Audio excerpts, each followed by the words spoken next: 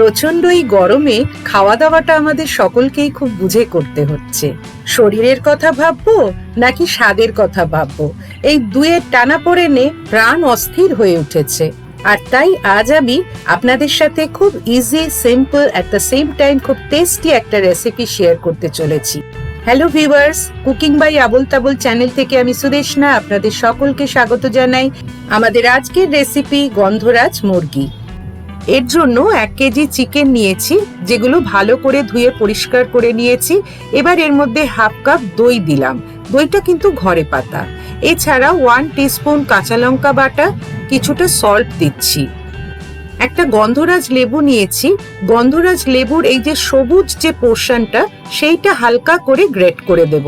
খেয়াল রাখবেন হোয়াইট পোর্শনটা কোনোভাবেই কিন্তু গ্রেট করা চলবে না, তাহলে কিন্তু জিনিসটা তেতো হয়ে যাবে। আর তাছাড়া পরিমাণেও কিন্তু খুব বেশি দিতে হবে না, সামান্য একটু গ্রেট করে দেব যাতে এর ফ্লেভারটা আসে। এবার চিকেনের সাথে সবকিছু খুব ভালো করে মাখিয়ে নিচ্ছি। চিকেনটা 20 to 30 মিনিটস ম্যারিনেট করে রাখতে হবে। 4টে মিডিয়াম সাইজের পেঁয়াজ নিয়ে সেগুলোর খোসা ছাড়িয়ে গ্রেট করে নিচ্ছি। এই রেসিপির জন্য আমার মতো পেঁয়াজ গ্রেট করেও নিতে পারেন বা পেঁয়াজ বাটাও ইউজ করতে পারেন। এবার গ্যাস অন করে কড়াইটা গরম করে নিয়ে তার মধ্যে রিফাইন্ড অয়েল দিয়ে দিলাম।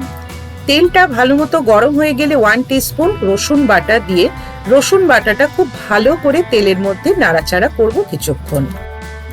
এবার 2 টিস্পুন আদা কাঁচা লঙ্কা বাটা অ্যাড করছি। এবার রসুন বাটার সাথে এই আদা কাঁচা লঙ্কা বাটাটা বেশ কিছুক্ষণ ধরে নাড়াচাড়া করতে হবে।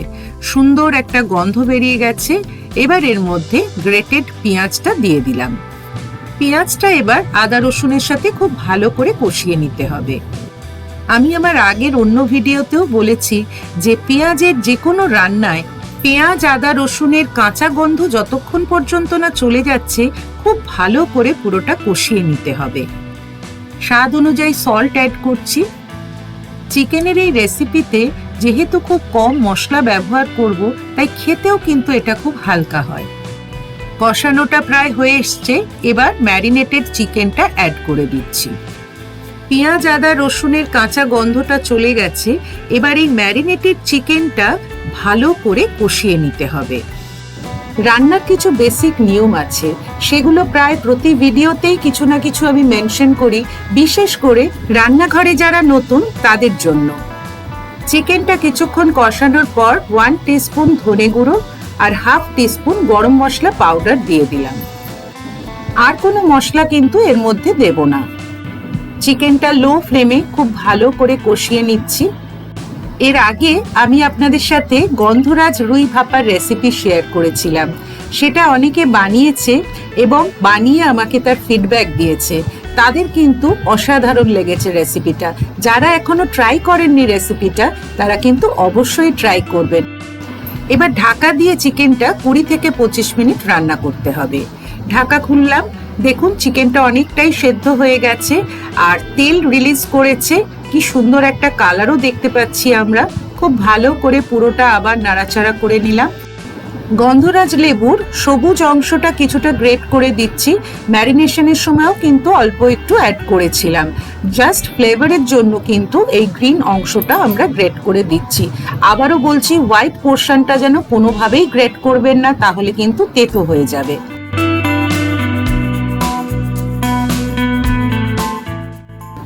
এবার 1 টেবিল স্পুন গন্ধরাজ লেবুর রস দিয়ে দিলাম।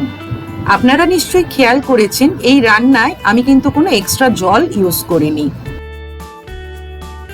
গন্ধরাজ লেবুর একটা পাতা দিলাম।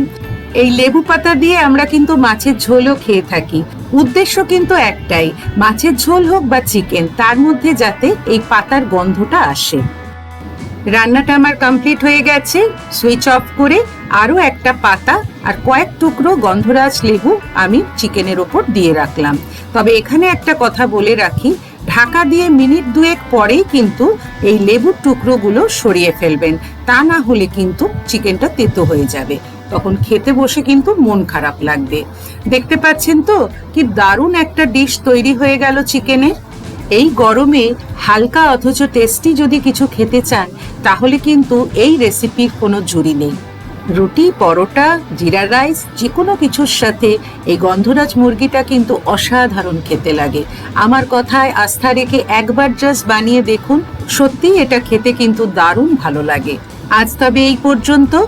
ভিডিও দেখে ভালো লাগলে প্লিজ লাইক, কমেন্ট ও প্রচুর প্রচুর শেয়ার করবেন। আর যারা আমাদের চ্যানেলে নতুন তারা অবশ্যই আমাদের চ্যানেলটি সাবস্ক্রাইব করবেন আর পাশে থাকা বেল বাটনটি অবশ্যই প্রেস করবেন যাতে নতুন ভিডিওর নোটিফিকেশন সবার আগে আপনার কাছে পৌঁছে যায়। সবাই ভালো থাকবেন। Thank you.